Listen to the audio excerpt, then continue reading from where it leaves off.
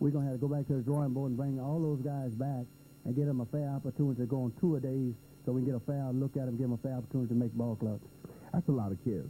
Well, young people, because y'all are, what kind of age range? We're young adults. We range from anywhere from 20 to 30, but the average age is probably 25 years old. Okay.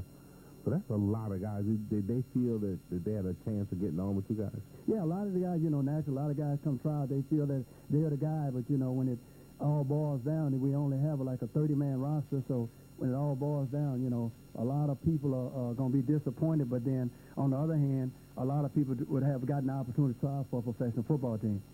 And 30, you're talking about a serious drop from 120, 130 guys. Exactly, and only, like I said, 22 is playing field on Saturday nights. Then we'll have the remainder of the people, they only, participate if somebody gets injured or somebody can't make the trip or something of that nature. Now, when you're talking about 30 on the squad, now the difference between indoor league and professional NFL-type football is the size of the team, the guys on the field. The size of the team and the size of the field. But the field dictates a look as you think there's more than 8 people on the field based on the size of the field, just like in the NFL. So you really, a lot of the fans say we have to count the guys to really see there's 8 instead of 11. Yeah, because it's smaller playing field, so it dictates, look like there's more people out there. 8 people. Now, how does that, because you played 11-man ball. Exactly. How is that, what's the difference? The difference is the game's a lot quicker. Just by the field being a lot smaller, so that means the game's a lot quicker.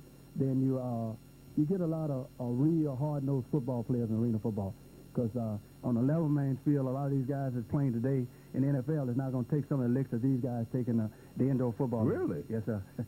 Yes, it's a lot different. There's nowhere to go. I mean, there's walls all the way around you. So, if you get the ball and you catch the ball, there's nowhere to go. So you don't have the sidelines to run out of bounds and tip your toe out of bounds. No, the sidelines are only like 3 inches wide, so there's really not a lot of sidelines. There's no out of bounds like you understand. No out of bounds. No out of bounds.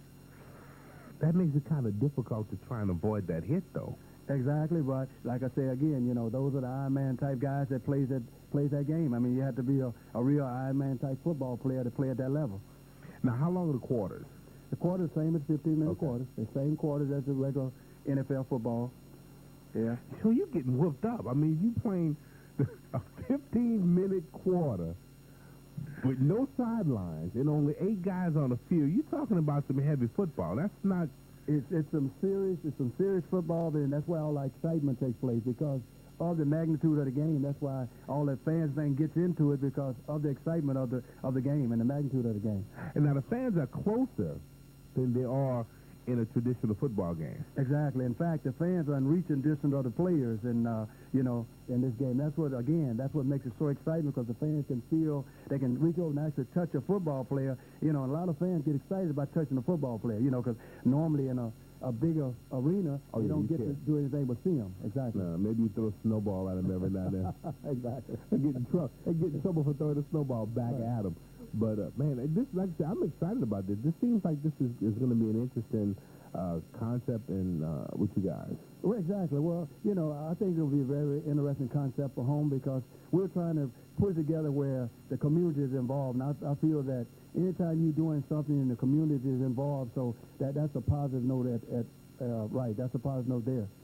Now, with you guys, what kind of football players comes out for arena ball? We actually get ex-college players. We actually get some guys that has played in the NFL. Really? Because I was fortunate enough in Mississippi to have John Forcade as one of my quarterbacks.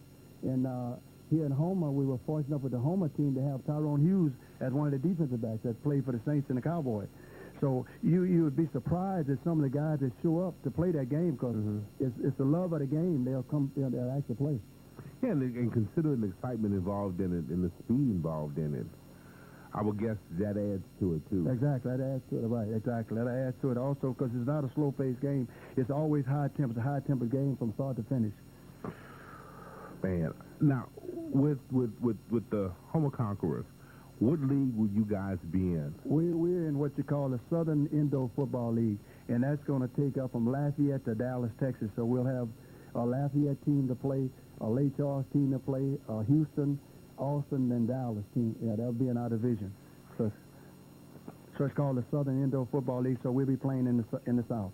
And what kind of schedule you guys are going to have? We're going to have a 12-game schedule, and it's going to be the playoff system is set up just like the NFL. If you win out, you get a bye. So you got 3 games to win the World Championship, and if you go in as a wild card, then you actually have to play 4 games to win the World Championship.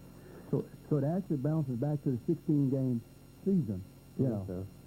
So now you play the Southern League. Is that a part of something else, or is that just that's where y'all going to be? That's where we'll start. They're starting the Southern Indoor Football League. Hopefully, it's going to spread abroad to other cities so we can get other teams in. In fact, we have teams that have already spoken from the Mississippi area, the Florida areas. This thing is really getting big because it's an excitement game, so a lot of towns want to bring it to their town to have their own football team. Yeah, because as far as the NFL is concerned, they almost landlocked as far as the number of teams they're bringing in. So it's almost like a natural growth factor for you guys to come in and start this. Exactly. Everything is going to be on, every team that comes in is going to be on a positive note, and we're probably going to end up with, in the next 2 or 3 years, you could possibly end up with 15, 20 teams. Wow, that's a pretty good number. Exactly. Now, you guys y'all do traveling?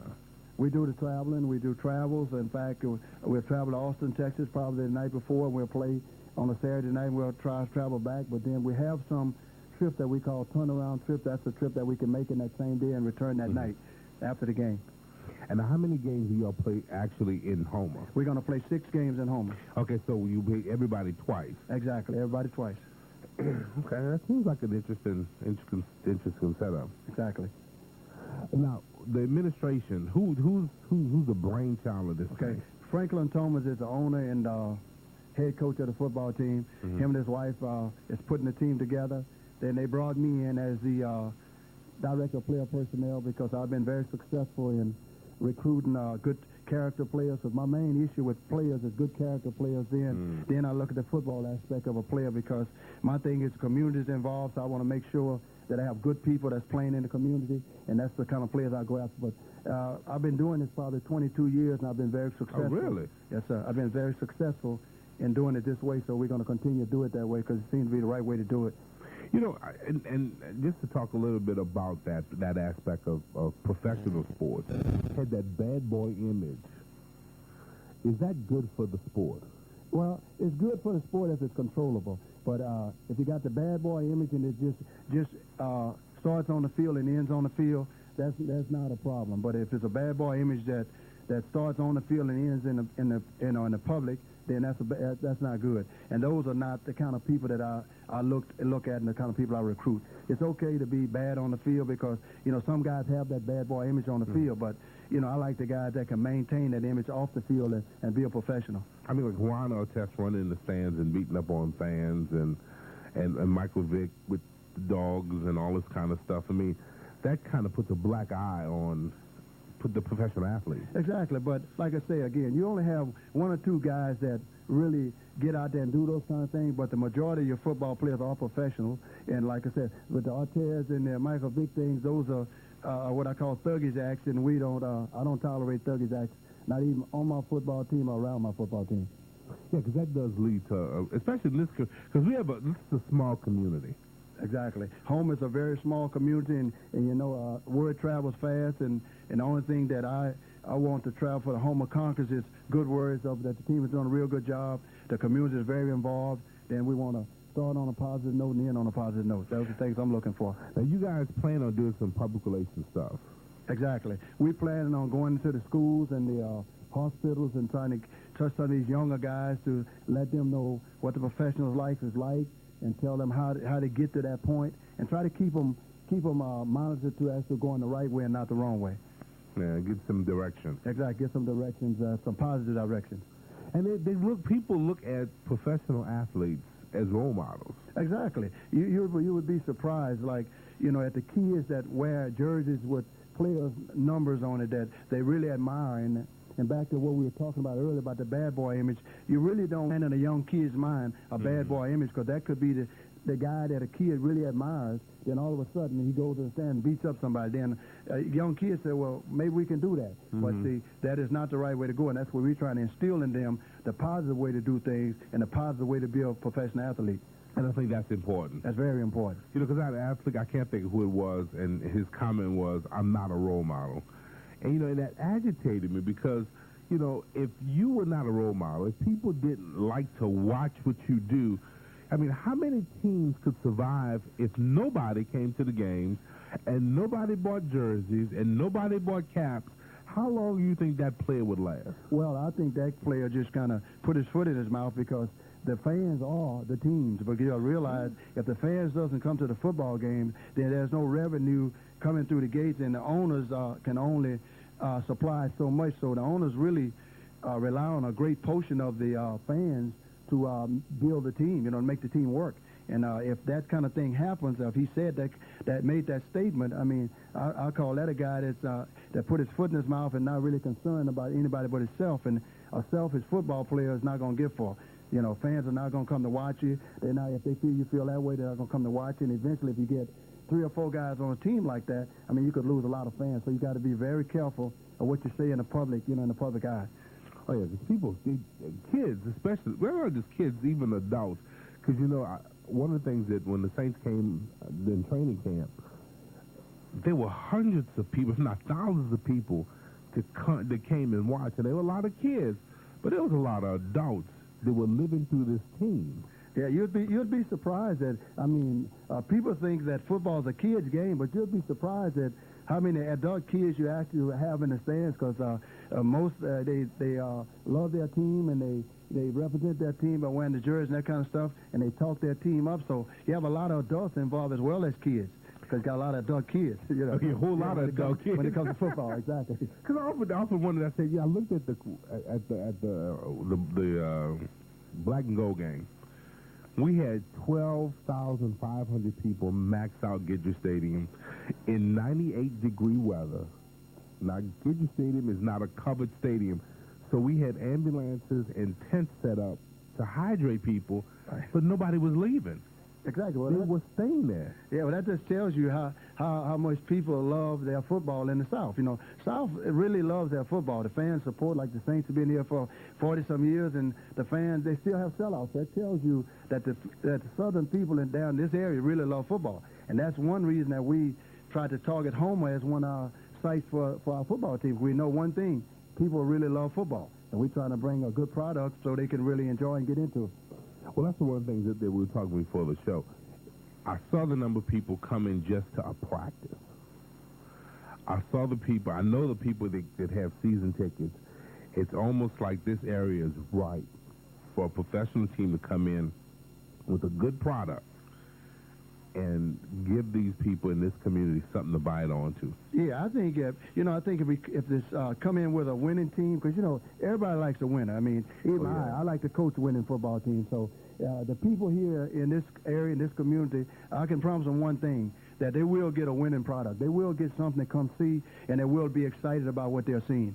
I can promise them that, because I've been around a long time. I've been around a lot of winning organizations, and I can assure them that's the reason I'm here. Well, okay, we're going to take a quick break and talk a little bit about your background so folks will know when they come out here that they're not just coming around to just see somebody who just decided to put a football team together but got a good background in it. All right. We'll be right back, folks. Don't go too far. We're not going to be going too long. You're listening to Al Carter Live on AM 640 KTIB. Sit back and relax upon the live hosted by Al Carter. Hi, Bobby. How's things going in Napoleonville? Linda, sales are up. They're better than last year. It's going on in Napoleonville. Linda, I believe that all roads lead to Barbera has finally caught on because people are coming from all over the place. Linda, let me just say this. We all know that the economy is down. GM Ford prices is hurting. But the one thing that we have, our customers are saying is we have heart. We care about our customers. We care about what they think, they say, and they want. And I guess that's why we are the oldest Chevrolet dealership in Louisiana. We may not be the biggest, and we may not have all the stock, but we have heart and we care. So take that ride to Barbera's and see why all roads lead to Barbera's. Why shop anywhere else? All roads lead to Barbera's in Napoleonville, the oldest family-owned Chevrolet dealership in Louisiana.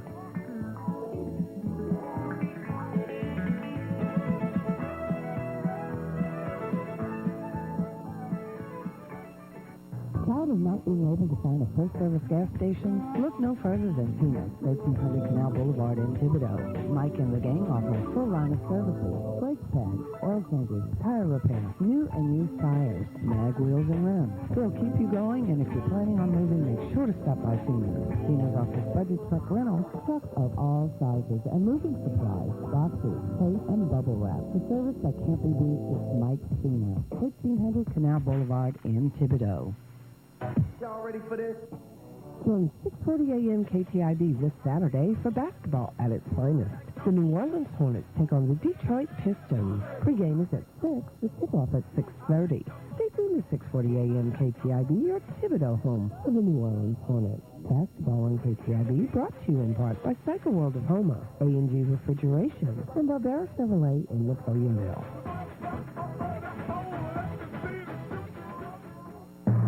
And now for the bonus round. How much wood would a woodchuck chuck? Flapjack. Correct. What comes next in this series? Crustacean? Kumquat? Anti-disestablishmentarianism. Correct. How much money will you spend on gas when you rent movies from Netflix? 0. Correct! Netflix!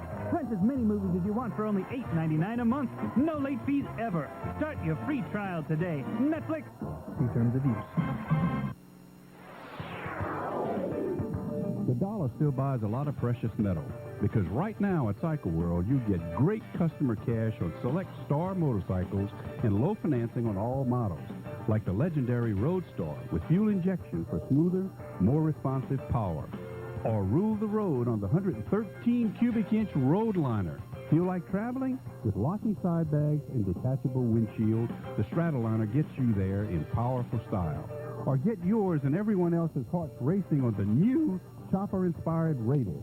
So visit StarMotorcycles.com and Cycle World today and see just how far your dollar goes. Star Motorcycles. We build it, you make it your own. Visit Cycle World of Houma today at 5509 West Park Avenue in Houma. On approved credit. See dealer for details.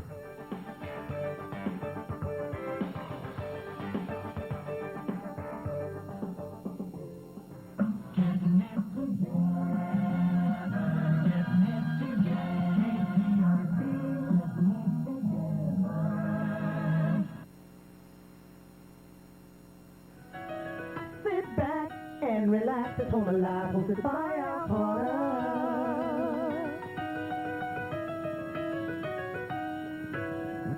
Sit back and relax at home alive, hosted by our partner.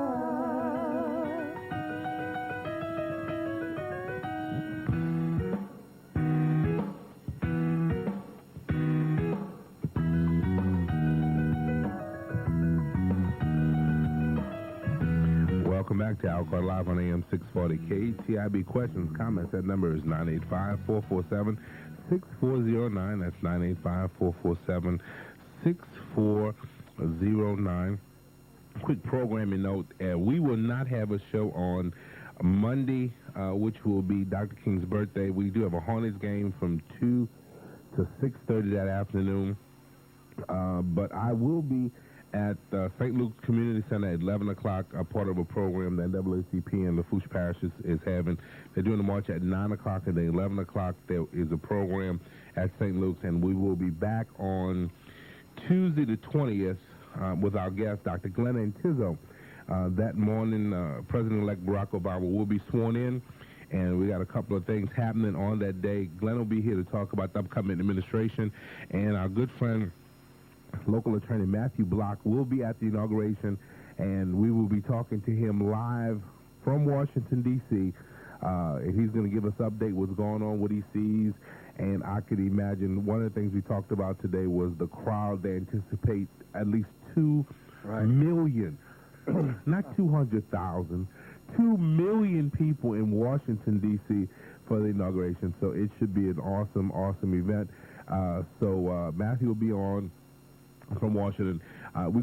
Matthew was also at the Democratic National Convention, and he called us up, and he was in Desco Field when President-elect Obama was doing his speech. So he was actually in the field, and we talked to him before the nomination.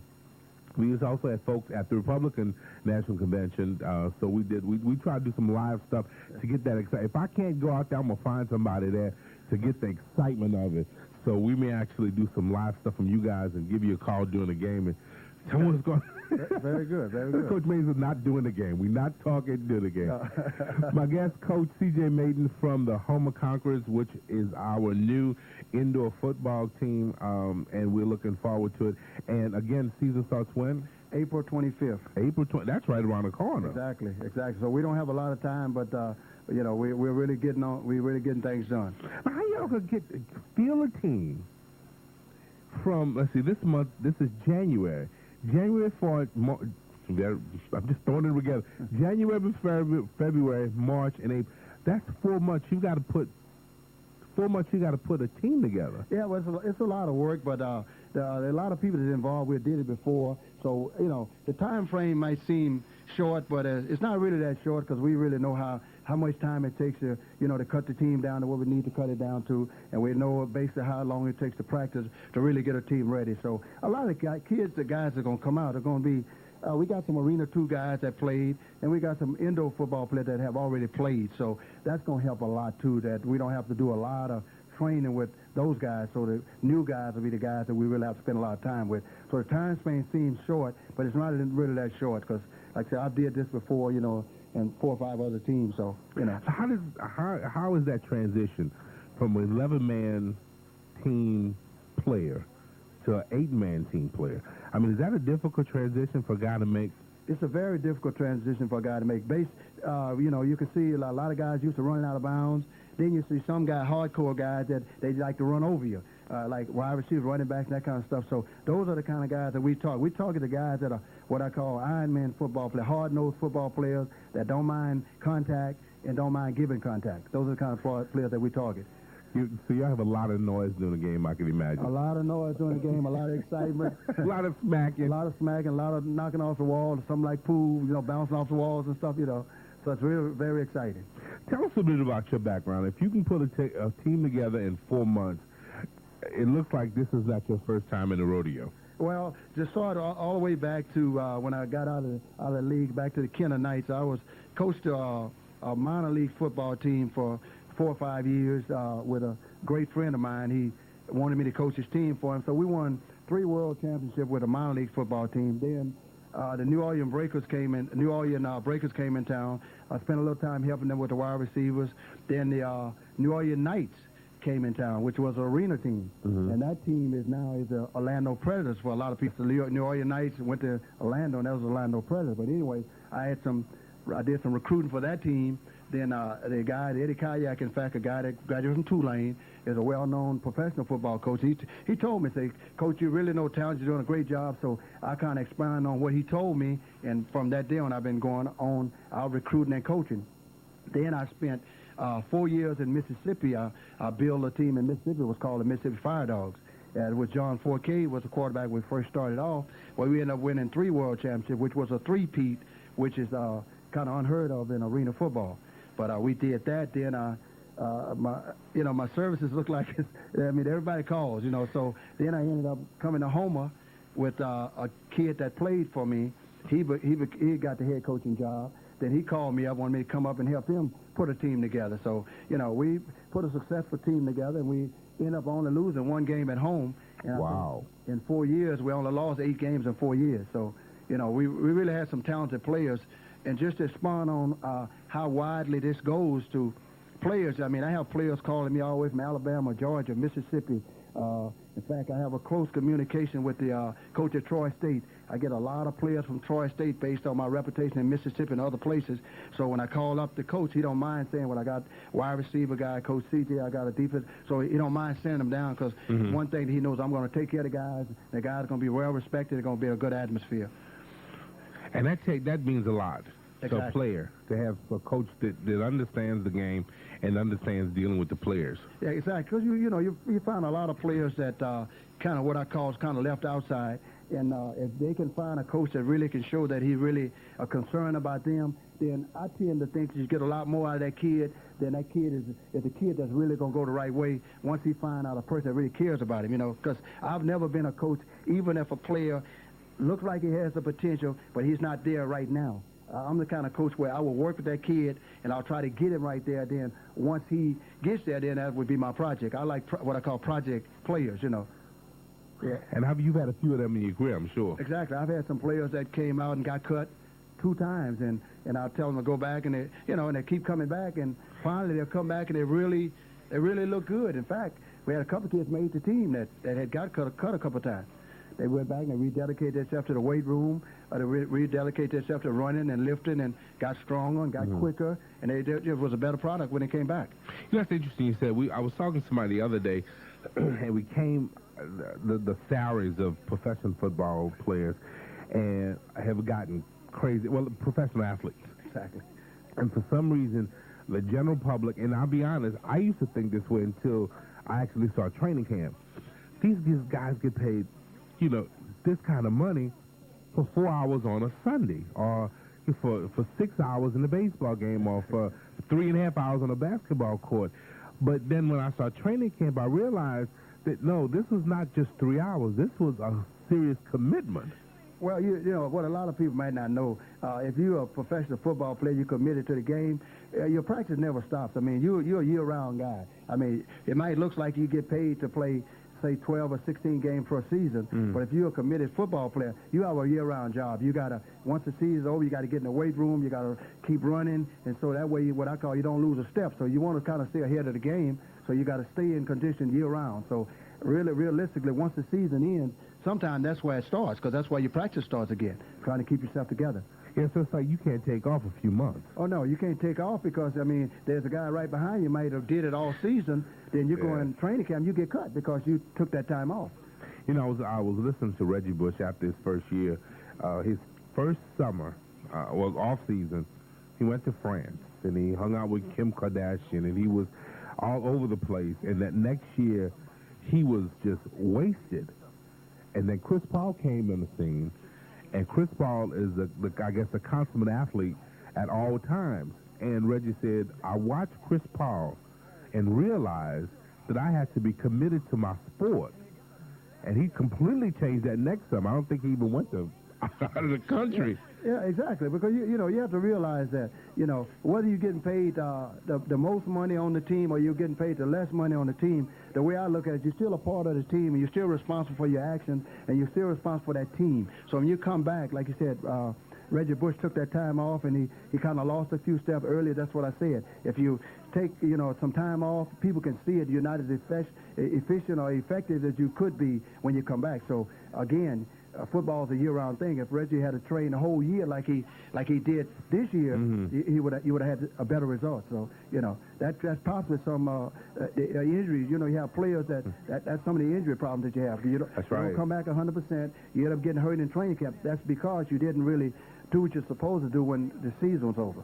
And with your guys, with the smaller field and the smaller number of players, I guess that's the condition is probably even more important. The condition is very important because you got to realize we have some guys that has to play both ways. We actually have guys that we call swing guys. We actually have guys that can play both ways, you know, and believe it or not, some of those guys are just as good one way or the other, and it's kind of hard to keep them off the field, especially if the game is really close. It's hard to run. I mean, you're talking about the punishment of a body at 15-minute quarters. That's rough. Yeah, but then again, that's based on position, too. That's based on positions. You know, you might have a But, Coach, with 8 guys, it's hard not to get hit almost every play. Oh, exactly. You're exactly right. It's kind of hard to dodge. You're either going to get by the dashboard or get hit by a player. You're right. It's kind of hard. You know, but so this should really be an interesting situation. Now, your guys, do they commit full time or do they have other jobs? How's that work with indoor league? Most of the guys, they have other jobs, and they're very committed guys. Now, you know, I take my hat off to a lot of these guys because it's kind of hard to work a 9 to 5 or 8 to 4, then still commit yourself to football. But believe it or not, we have a lot of players that actually do that. They actually work full-time jobs, and they actually come out and they give you a good job on the football field also. I mean, that's a serious commitment to work a full-time job, then come to practice, then do conditioning. That is a serious... Yeah, Al, that's kind of back to what I said earlier to you, that it's the character in the player first, then the playmanship in the player that dictate those kind of things. Because you got to realize a great character player, he's going to give you 100%. then, that's what you're going to get. That character that's going to develop into that great player. So those are the kind of players that I try to target, and so far I've been very successful targeting those type guys. Now, how does this compare with the arena ball and indoor and all that kind of stuff? Well, you have a few rule changes in indoor and arena. It's not that many rule changes. One thing about indoor and arena football, you're going to get hit. So that's basically the same. Then you have a few rules where, they have a net where you play the ball off the net. And a lot of times you could pass, hit the net, and bounce it. Exactly. You have a situation where a quarterback would throw what they call a Hail Mary pass. When the game is narrowed down, he can actually hit the net and bounce off, and the player can actually catch a touchdown. Okay, which might seem strange, but that actually happened. Then the field goal miss is a return of a ball. Oh. Yeah, in other words, if you miss a field goal and hits the net, you play it off the net, you can return a ball. And the same thing on kickoff. Most kickers aim for the net because basically when you aim for the net, the player returning the football has his back to the defense. So that's a scary thought. Exactly. Again, a great character player can do those kind of things. How can you just imagine facing the opposite with these other guys running at you? You turn around, there it is. Sometimes you turn around, there it is, boom. And sometimes you're lucky enough to turn around and you score a touchdown, you get the ball out of the end zone. Now, indoor football, in addition to it, you guys have not only the game on the field, but you do a lot of fan interaction. Exactly. We also have we're going to have junior dancers, and we're going to have senior dancers, and also going to have cheerleaders, which is a fan love where they have the little girls dancing and the big girls dancing and the cheerleaders. And we say senior, you mean like 1920? You don't mean like 70 and 80? No. When I say seniors, I mean from like out of high school on up. Then the juniors will be in high school up. Okay. So we're trying to target the school kids and the college kids. Okay. Yeah. You have to ask this. Well, the Hornets did that. They did some kind of senior, which may not be a bad idea because Well, that's a great thought, Al. I mean, maybe I'll think on that and I'll give it the ownership. And that might not be a great idea. That anything that can attract people, we're going to target that thing. That might be a great idea. And then you guys throw stuff into the audience. Exactly. We throw T-shirts, trinkets, cups, and with the Conquerors on it. And, there's a lot of entertainment. Even when the game is at halftime or the game is in between quarters, there's still excitement. We're still doing things like throwing trinkets, kicking the football or throwing the football, kicking field goals, that kind of thing. We have a lot of intermediate attraction other than the football game. And also like the idea about the footballs, if it goes into the audience. Right, exactly. If the football goes into the audience, you can keep it. You can keep the football, which, we have quite a few football goes in the audience. Then we also have some guys that catch touchdowns, and they have friends in the audience. They actually give them the football. Oh, so you don't find them with $2,500 like in the NFL? We don't find them $2,500, but they get fined. Oh, okay. Exactly, because, that's a no-no. We have enough balls that go in the stands on error opposed to just literally giving them a football. Balls. Exactly. But I guess that adds to the excitement in the game. If you're out there and a guy misses a ball or flubs it and it bounces in there for you to actually take that ball home. Exactly. That adds to it. Then a lot of people actually come to the game to catch a football or to catch a T-shirt, and we also have players that also get knocked in the stands. So, it's a lot of players get knocked in the stands. Exactly. We also have players that go up for a pass and the defensive back might hit and he might end up on the second row, or the first row. Yeah, that has happened.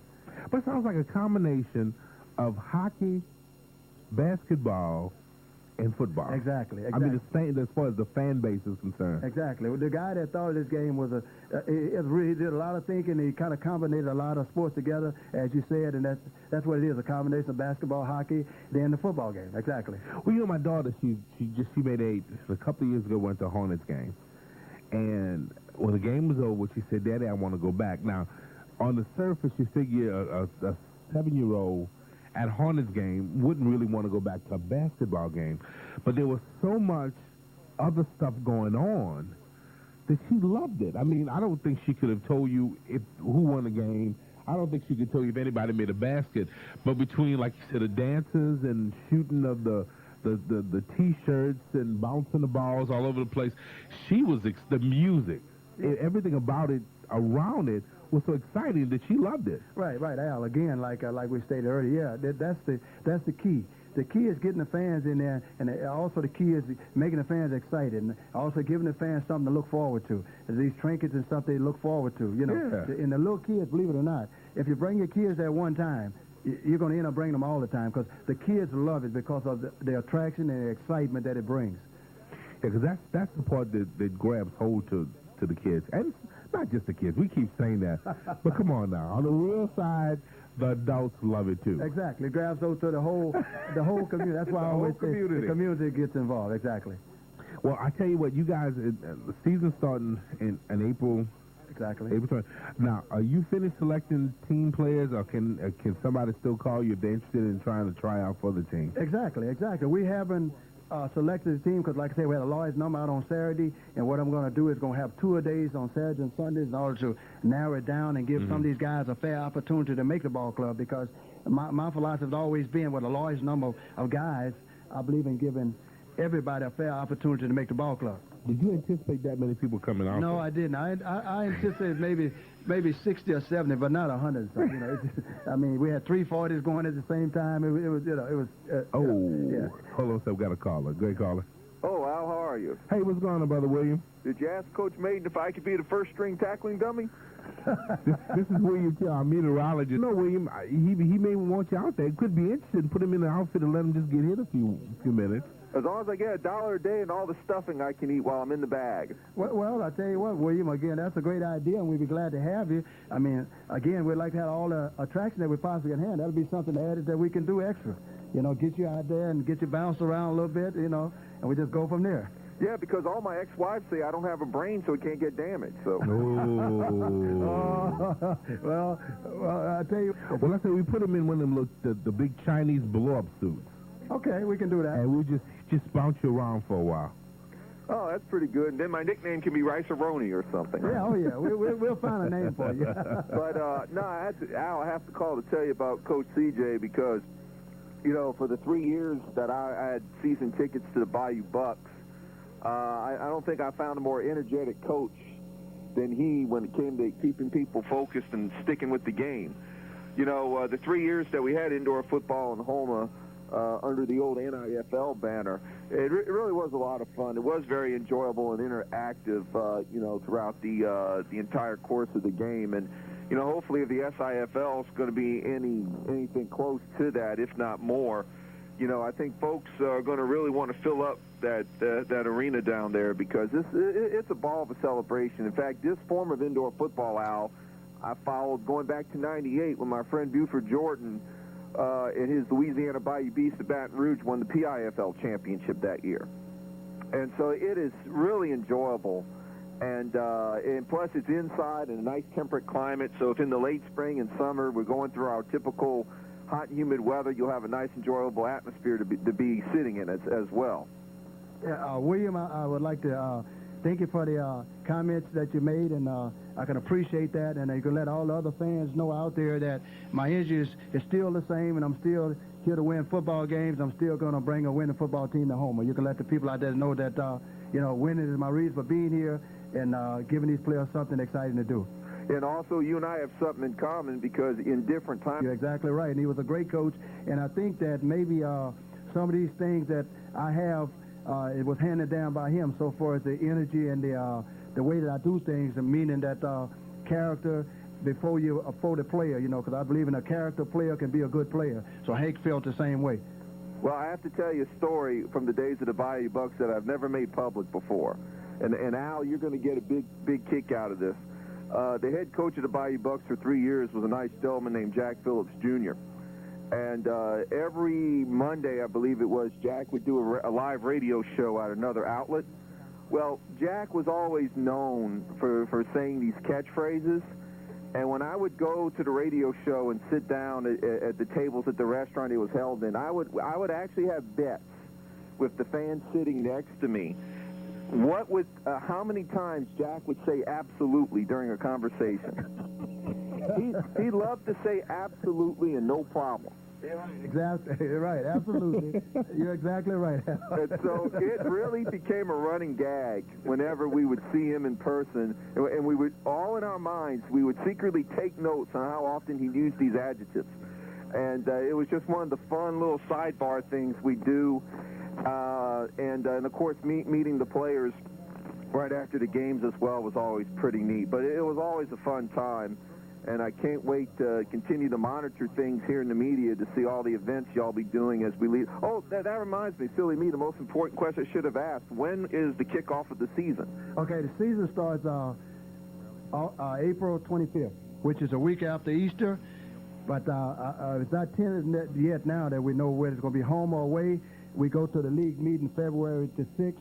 Then that way we'll get the schedule and we'll be able to come back and do another show as to what the scheduling is. Okay, now, is my memory correct? Is the league headquartered in Lake Charles? Exactly, league headquarters in Lake Charles. Okay, good.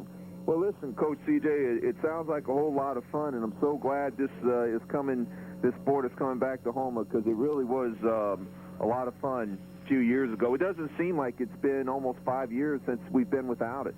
Well, Al, thank you very much for your comments, Al, and I can assure you one thing. If Coach CJ is involved, we'll have a lot of excitement. I'll have a lot of energy. We'll bring a winning team to Houma. Well, and like a great wrestling announcer once said many decades ago, folks, don't walk, run to get your tickets. Exactly, exactly. Okay, well, thanks again, Al. And by the way, for everybody listening in the Houma-Thibodaux area and points on the South Shore, you don't have to run your water tonight. It's going to get cold, but so we don't have to worry about water pressure, so don't run your water pipe. Thank you. That's good. I appreciate that, brother. All right, take care. All righty. Thank you very much. Our good friend William Taylor, he keeps track of, man, he's got good knowledge of you guys. Exactly. He has a lot of knowledge of me that I didn't know. But we talked about it before. It's a small community, brother. Exactly. So that means, like I said earlier, that means that everything that I do, I'm going to do it in the right manner, because that's the only way I know how to do it. So we're going to make sure this ship afloats and make sure we bring a winning team to Houma. And you bring a good reputation. That's a good thing. Yeah, exactly. Reputation is something that I grew up with my grandfather, because my grandfather said if you don't stand for nothing, you'll fall for anything. That's right. So I always stood for something. That way I won't fall for anything. That'll work. We got a call. Al. Hey, what's going on, Brother Doug? There you go. Off. Robinson, Fred Domino, and Little Richard. I got you, brother. I got a little fast for you lined up. Okay. All righty. Yeah, I'll take that one. All right. Thank you, Mr. Al. You're welcome, Brother Doug. That's our good friend. Almost pretty much out of time, Coach. Any closing thoughts? No, I just like to tell the people in the listening area that the Houma Conquerors is going to bring a lot of entertainment to Houma and the surrounding areas. And if you're not a person that's not going to be there, you're going to miss a lot of exciting football. You're going to miss a lot of entertainment. But again, we hope that you be in that number to support the Houma Conquerors, because again, we are going to bring a great product to this community, and they're all going to be proud of us. Is there a number they can call if they need to get in contact with the team? If they need to get in contact with the ownership, it's 504-261-4044. If someone needs to get in touch with me concerning the football aspect, they can reach me at 985-860-5326. They can get me. That's a local number in this area. They can get me anytime. All right, Coach, thank you so much for being on this afternoon. I'm looking forward to it. William threw his 2 cents in. I was excited about it before. I'm looking forward to it. I hope that second game's a home game so we can get out there and hang out with you guys. Well, I really appreciate you having me on. It was a very exciting time for me. Like William said, I have a lot of energy. It's a very exciting time for me. Again, thank you very much for having me on, and I hope I'll get to come back again and talk. Well, hopefully we can have y'all on before the season starts so we can talk about what's going on and your players and all that kind of good stuff. Exactly. Really would appreciate it. Again, thank you very much. All right, brother. Thank you so much, and thank you guys out there for listening. Remember, we don't have a show Monday. You want to hang out with me? I'll be at St. Luke's Church at 11 o'clock a.m. for the Dr. Martin Luther King's program, but we will be back on the 20th with Dr. Glenn and Tizzo, and we will be talking about the upcoming Obama administration. And again, we're going to have Matthew Block calling in directly from Washington, D.C. to let us know what's actually going on. Thank you guys for listening. We hope we've been informative as well as entertaining. Look, if you have an idea for a show topic, give me a call or go to www.alcarterlive.com and send me an email and let me know who you want to hear from. You have a great weekend. May God bless America, and more than that, America. Let's always remember to bless God. It's your life. You might as well enjoy the journey. We'll see you Tuesday on the Al Carter Live Show on AM 640. KTIB